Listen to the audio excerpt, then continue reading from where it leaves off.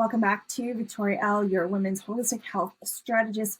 I'm here today because we are continuing with our 6-part mini series on becoming, right? So today we are talking in episode 2 about embracing the change, navigating the physical and emotional shifts that come along with perimenopause.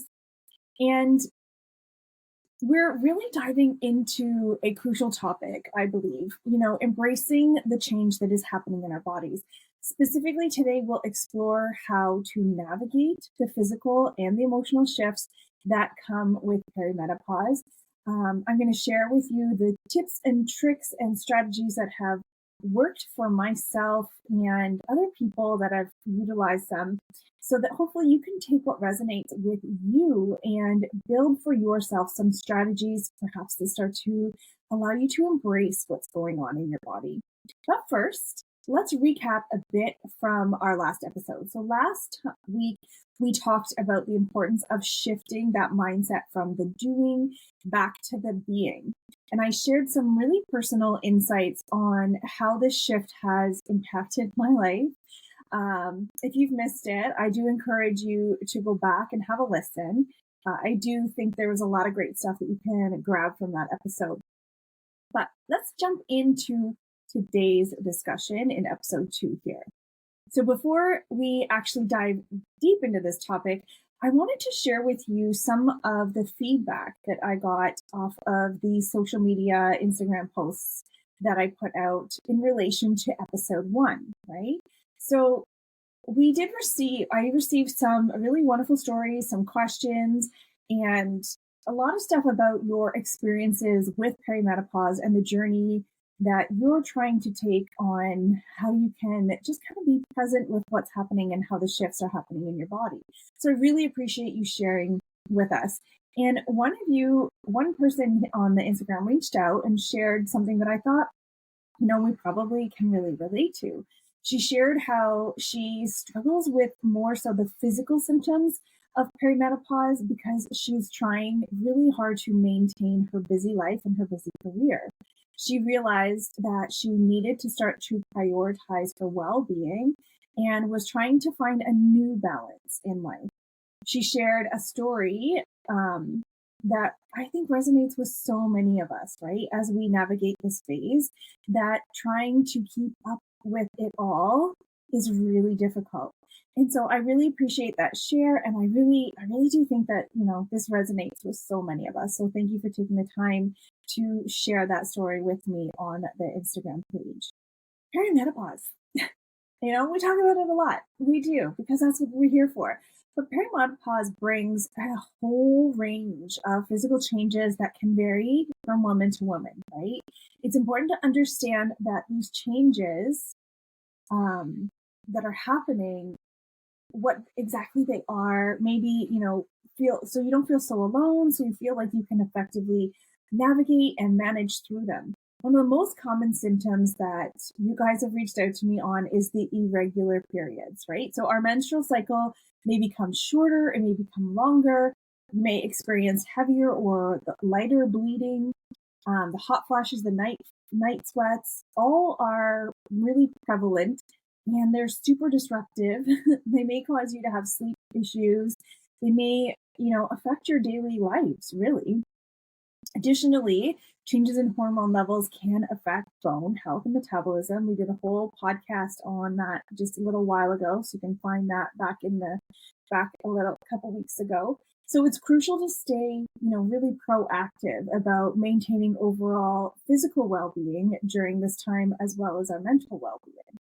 And beyond just those physical things, right? There's a lot that happens physically with our bodies. And I found for myself that a lot of the physical things that are happening are also affecting my mental state of being. So perimenopause can also, really stir up a whole whirlwind of emotions.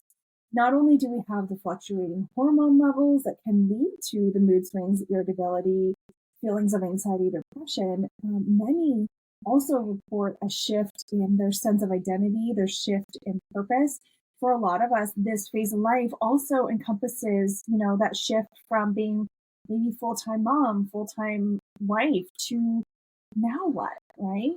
So during this phase, it's essential to prioritize our emotional well-being. It really is an important shift to make. This might involve, seeking support from friends, family, reaching out for help with a counselor or a therapist, doing those things you need to prioritize your own mental health at this time. Journaling can also be a super powerful tool for processing emotions and gaining clarity. Like I've shared with you guys, I love my morning journaling practice. It provides so many benefits for me beyond just, getting things on paper. There's so much that has come from that practice. And I'm grateful for my gratitude practice first thing in the morning. And I'd love to share with you a really personal reflection on how perimenopause has affected me emotionally. Because, like many of you, I do find myself grappling with mood swings, with moments of deep introspection or like depressive feelings. Um, it was a period of, at the beginning, of really questioning and reevaluating priorities, right? Through mindfulness practices and seeking support, I learned that I needed to find ways that I could navigate these emotional shifts with more ease, with more grace, with more self-compassion, removing that I have to, function better, I have to do this better, I shouldn't be angry, I shouldn't be feeling these things, and finding a way to navigate emotions without labeling them as good or bad, just as they are, right? They're just emotions. So let's discuss some practical tips that I would love to share with you, that I've used, that others in our program have used for navigating both the physical and emotional aspects of perimenopause, right? It's a thing. It's a thing. So physical health, maintain your regular check-ins with yourself, right? Doing those things that, checking in on your hormone levels, doing your self-breast exam. There's the thermal imaging is a really great way to check on how your physical health is doing. Make sure that you are tuning into your body, and bring to your healthcare practitioners, whether you're working with a naturopathic doctor or an endocrinologist or somebody that actually is going to listen to you and allow you to navigate this phase. If you're having a lot of these symptoms and troubles, reach out and discuss those symptoms or concerns that you have with these people, with your health coaches, your perimenopause health coaches, your nutritional people. And do not hesitate to ask for guidance on managing the symptoms that you have, on those things like the hot flashes, the irregular periods. Ask for the help, okay? Open the dialogue, open the conversation. That's number one. Second is nutrition. In this phase, I don't know about you, but I am super, super more sensitive to certain foods than I've ever been in my life. So I'm really, really looking at how can I use my nutrition as a way to fully nourish my body? How do I use it to love my body? We talked about this in the group a couple of weeks ago in the 28-day strategy. One of the whole modules was shifting your mind frame around food, right? So focus on those balanced plates, rich in fruits, in vegetables, getting your whole grains, getting your lean proteins, right? Consider foods that are rich in calcium and vitamin D. If you're concerned for the state of your bone health, that's a really important one as well. And then exercise.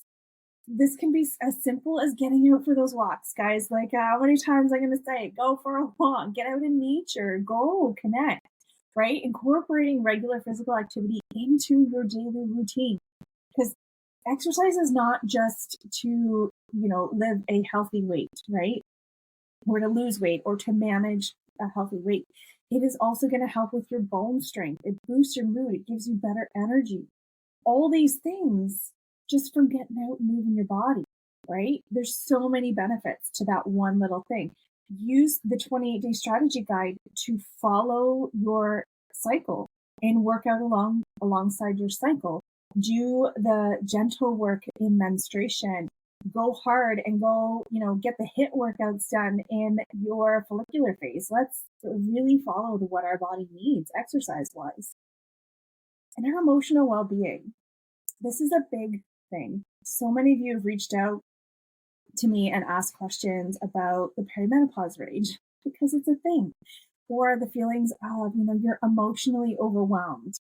Same, ditto.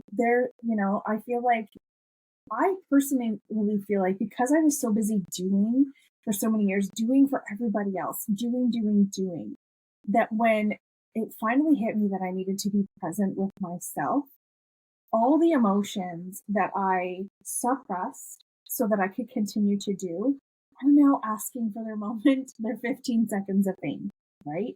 They're asking to be let out, they're asking to be moved through. And it's difficult. It's a lot.